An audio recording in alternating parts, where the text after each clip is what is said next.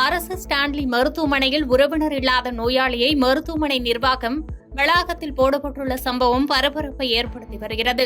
சென்னை ராயபுரம் அரசு ஸ்டான்லி மருத்துவமனையில் தினமும் 1000க்கும் மேற்பட்ட நோயாளிகள் சிகிச்சைக்காக வந்து செல்கின்றனர். இந்நிலையில் கொண்டித்தோப்பை சேர்ந்த குமார் என்பவர் உடல்நலம் பாதிக்கப்பட்டு ஸ்டான்லி மருத்துவமனையில் சிகிச்சை பெற்று வந்துள்ளார். குமாருக்கு உறவினர்கள் யாரும் இல்லாததால் மருத்துவமனை ஊழியர்கள் அவரை மருத்துவமனை வெளி வளாகத்தில் தரையில் படுக்க வைத்ததாக கூறப்படுகிறது. அவரது பரிதாப நிலையை பார்த்து நோயாளிகளின் உறவினர்கள் குடிநீர் மற்றும் உணவு வாங்கி தந்து வருகின்றனர்.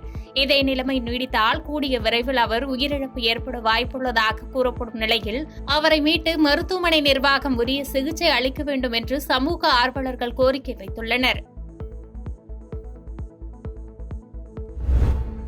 செங்கோட்டையில் 5ஆம் வகுப்பு மாணவன் மதிய உணவு சாப்பிட்ட பிறகு வாந்தி மயக்கம் ஏற்பட்டு மருத்துவமனையில் அனுமதிக்கப்பட்ட நிலையில் அவர் உயிரிழந்தது சோகத்தை ஏற்படுத்தியுள்ளது. தென்காசி மாவட்டம் செங்கோட்டை காமாட்சி தெருவை சேர்ந்த செல்வகுமார் மகன் அசோக்குமார் செங்கோட்டையில் உள்ள கச்சேரி காம்பவுண்ட் நடுநிலைப் பள்ளியில் 5ஆம் வகுப்பு படிக்கிறார். நேற்று காலை பள்ளிக்கு சென்ற இவர் வீட்டிலிருந்து எடுத்து சென்ற சாம்பார் சாதத்தை மதிய உணவாக சாப்பிட்டதாக கூறப்படுகிறது. தொடர்ந்து அவருக்கு வாந்தி மயக்கம் வயிற்றுவலி ஏற்பட்டதாக கூறியதால் பள்ளி ஆசிரியர்கள் அவரது பெற்றோரை அழைத்து செங்கோட்டை அரசு மருத்துவமனைக்கு கொண்டு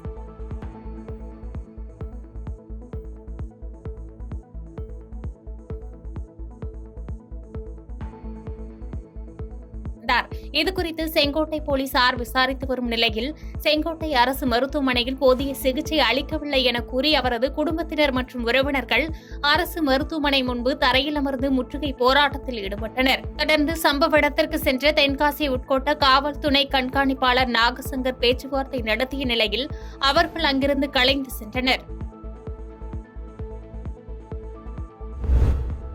மாஞ்சோலை தேயிலை தோட்ட தொழிலாளர்களை வெளியேற்றுவதை கண்டித்து சட்ட ரீதியாக போராட்டம் நடத்தப்படும் என்று புதிய தமிழகம் கட்சியின் தலைவர் கிருஷ்ணசாமி தெரிவித்துள்ளார். நெல்லை மாவட்டத்தில் அமைந்துள்ள மாஞ்சோலை பகுதிக்கு சென்ற புதிய தமிழகம் கட்சியின் தலைவர் கிருஷ்ணசாமி தேயிலை தோட்ட தொழிலாளர்களை சந்தித்து அவர்களிடம் குறைகளை கேட்டறிந்தார். தொடர்ந்து நாலுமுக்கு பகுதியில் வைத்து ஊத்து, காக்காச்சி, நாலுமுக்கு ஆகிய பகுதிகளில் வசிக்கும் தேயிலை தோட்ட தொழிலாளர்களை சந்தித்து குறைகளை கேட்டார்.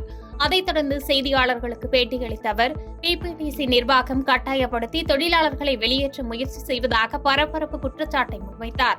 மேலும் மாஞ்சோலை தேயிலை தோட்ட தொழிலாளர்களை வெளியேற்ற புதிய தமிழகம் கட்சி அனுமதிக்காது என்றும் தேவைப்பட்டால் சட்ட ரீதியாக போராடுவோம் என தெரிவித்துள்ளார்.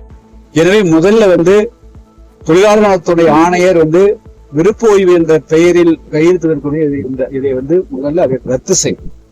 இரண்டாவது, எந்த காரணம் கொண்டு இருக்கக்கூடிய தொழிலாளர்களை நிர்வாகம் வெளியேற்றுவதற்கு மாவட்ட நிர்வாகம் மாநில அரசும் ஒத்துக்கொள்ளக்கூடாது. அவருடைய வாழ்வாதாரத்தை இங்கே பறித்துக் கொண்டு இன்னொரு அவர்களுக்கு உருவாக்கி தர முடியாது. இருக்கக்கூடிய தொழிலாளர்கள் அனைவருமே தேயிலை பறிப்பதை தவிர வேறு எந்த தொழிலும் அவர்களுக்கு தெரியாது. பல பேருக்கு சொந்த ஊர் என்று தெரியாது. அவர்கள் பிறந்த கிராமங்களில் ஒரு செண்டு வீட்டு மனை கூட அவர்களுக்கு கிடையாது. வந்தவாசி நகராட்சி மேல்நிலை நீர்த்தேக்க தொட்டி வளாகத்தில் தீப்பிடித்து கொழுந்துவிட்டு எரிந்தது பரபரப்பை ஏற்படுத்தியது.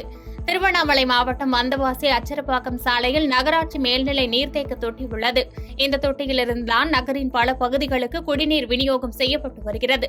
இந்த தொட்டி இருக்கும் வளாகத்தின் உள்ளே உபயோகமற்ற பொருட்களை நகராட்சி குடிநீர் வழங்கும் பணியாளர்கள் குவித்து வைத்திருந்ததாக கூறப்படுகிறது. இந்த கழிவு குப்பையில் திடீரென தீப்பிடித்து காற்றின் வேகத்தால் தீ அதிகமாக பரவியது. தகவலின் பெயரில் சம்பவ இடத்திற்கு சென்ற தீயணைப்புத் துறையினர் பொதுமக்கள் உதவியுடன் தீயை அணைக்கும் பணியில் ஈடுபட்டனர்.